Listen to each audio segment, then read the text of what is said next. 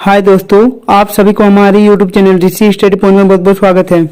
आज हम लोग क्लास 10 के 26 अक्टूबर को होने वाले विज्ञान के वीकली टेस्ट के कुछ महत्वपूर्ण सवालों को देखेंगे। इसीलिए आज के हमारे इस वीडियो को आप लोग शुरू से अंत तक देखें और हाँ, अच्छा लगे तो अपने दोस्तों को भी ज्यादा से ज्यादा शेयर करें। तो चलिए दोस्तों, अब देर न करके एक एक करके उन सभी क्वेश्चनों को देखते हैं।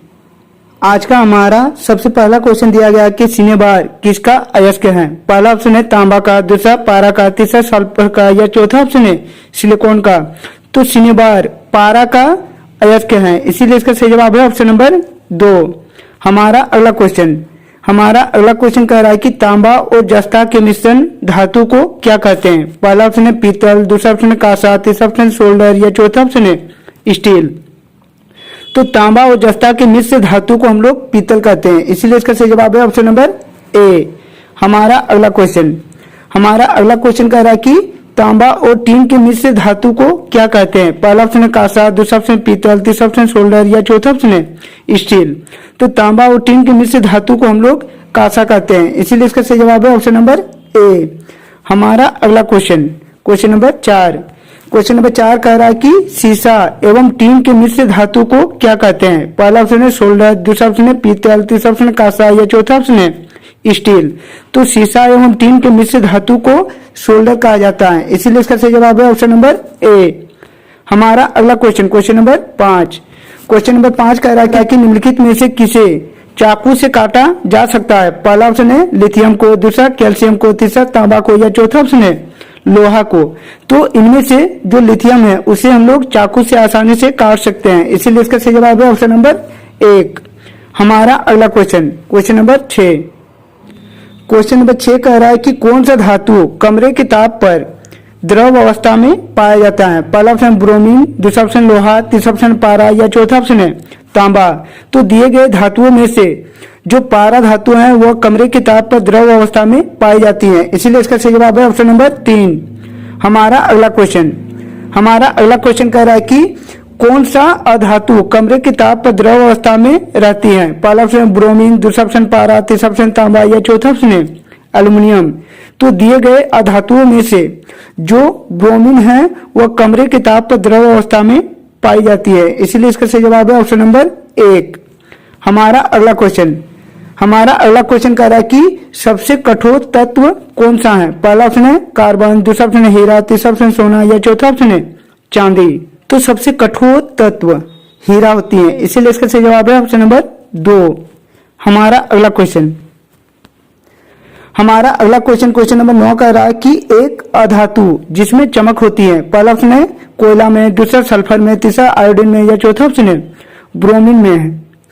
तो एक ऐसी अधातु जिसमें चमक होती है वह आयोडीन होती है, इसीलिए इसका सही जवाब है ऑप्शन नंबर 3। हमारा अगला क्वेश्चन नंबर 10 कह रहा है कि वह कौन सा अधातु है जो विद्युत का सुचालक होता है। पहला ऑप्शन है ग्रेफाइट, दूसरा ऑप्शन लकड़ी, तीसरा ऑप्शन प्लास्टिक या चौथा ऑप्शन है हीरा। तो ग्रेफाइट एक ऐसी अधातु होती है जो विद्युत का सुचालक होती है, इसीलिए इसका सही जवाब है ऑप्शन नंबर 1।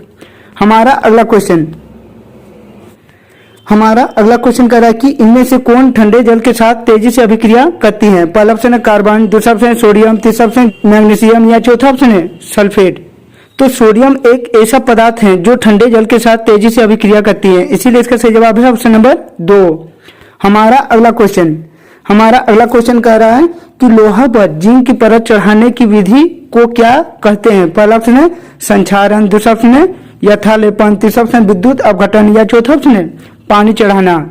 तो लोहा पर जिंक की परत चढ़ाने की विधि को हम लोग यशत लेपन कहते हैं, इसीलिए इसका सही जवाब है ऑप्शन नंबर 2। हमारा अगला क्वेश्चन कह रहा है कि कौन सा धातु हथेली पर रखने से पिघलने लगती है। पहला ऑप्शन है हीलियम, दूसरा ऑप्शन है आर्गन, तीसरा ऑप्शन लोहा या चौथा ऑप्शन है गैलियम। तो गैलियम एक ऐसी धातु होती है जो हथेली पर रखने से ही वह पिघलने लगती है, इसीलिए इसका सही जवाब है ऑप्शन नंबर 4। हमारा अगला क्वेश्चन कह रहा है कि सर्वाधिक तन्य धातु है। पहला ऑप्शन है सोना, दूसरा ऑप्शन तांबा, तीसरा ऑप्शन चांदी या चौथा ऑप्शन है एल्युमिनियम। तो दिए गए धातुओं में से जो सोना है वह सर्वाधिक तन्य धातु होती है, इसीलिए इसका सही जवाब है ऑप्शन नंबर 1। हमारा अगला हमारा अगला क्वेश्चन कह रहा है कि निम्नलिखित में से किस धातु को केरोसिन में डुबोकर रखा जाता है। पहला ऑप्शन है मैग्नीशियम, दूसरा ऑप्शन है सोडियम, तीसरा ऑप्शन है मरकरी या चौथा ऑप्शन है टंगस्टन। तो दिए गए धातुओं में से जो सोडियम है उसे हम लोग केरोसिन में डुबोकर रखते हैं, इसीलिए इसका सही जवाब है ऑप्शन नंबर 2। हमारा अगला क्वेश्चन कह रहा है कि वह परमाणु जो अपने संयोजी इलेक्ट्रॉन का त्याग आसानी से कर देता है कहलाता है। पहला ऑप्शन है विद्युत ऋणात्मक, दूसरा ऑप्शन विद्युत धनात्मक, तीसरा ऑप्शन है रेडियो सक्रिय या चौथा ऑप्शन है उपधातु। तो वह परमाणु जो अपने संयोजी इलेक्ट्रॉन का त्याग आसानी से कर देती है उसे हम लोग विद्युत धनात्मक परमाणु कहते हैं, इसीलिए इसका सही जवाब है ऑप्शन नंबर 2। हमारा अगला क्वेश्चन कह रहा है कि खनिजों से संबंधित अशुद्धियों को सामूहिक रूप से क्या कहते हैं। पहला ऑप्शन है गैंग, दूसरा ऑप्शन है अयस्क, तीसरा ऑप्शन धातु मल या चौथा ऑप्शन है फलक। तो खनिजों से संबंधित अशुद्धियों को सामूहिक रूप से हम लोग गैंग कहते हैं, इसीलिए इसका सही जवाब है ऑप्शन नंबर 1। हमारा अगला क्वेश्चन कह रहा है कि आघात बलहीनता क्या है, उदाहरण द्वारा समझाइए। तो इसका सही आंसर हो जाएगा कि धातुओं को हथौड़े से पीट कर पतली चादर बनाई जा सकती है। धातुओं के इसी गुण को आघात बलहीनता कहते हैं, जैसे सोना और चांदी। हमारा अगला क्वेश्चन नंबर 3 कह रहा है कि सोडियम धातु को मिट्टी के तेल में डुबोकर क्यों रखा जाता है। तो इसका सही आंसर हो जाएगा कि सोडियम अभिक्रियाशील धातु है, यह हवा में स्वतः जलने लगती है और सोडियम ऑक्साइड का निर्माण करती है, इसीलिए इन्हें सुरक्षित रखने तथा आकस्मिक आग को रोकने के लिए मिट्टी के तेल में डुबोकर रखा जाता है। हमारा अगला क्वेश्चन कह रहा है कि धार्मिक अभिक्रिया किसे कहते हैं, इसके 2 उदाहरण दीजिए।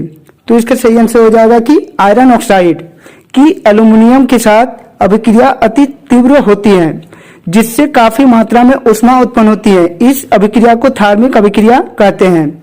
थर्मिक अभिक्रिया के निम्नलिखित उपयोग हैं।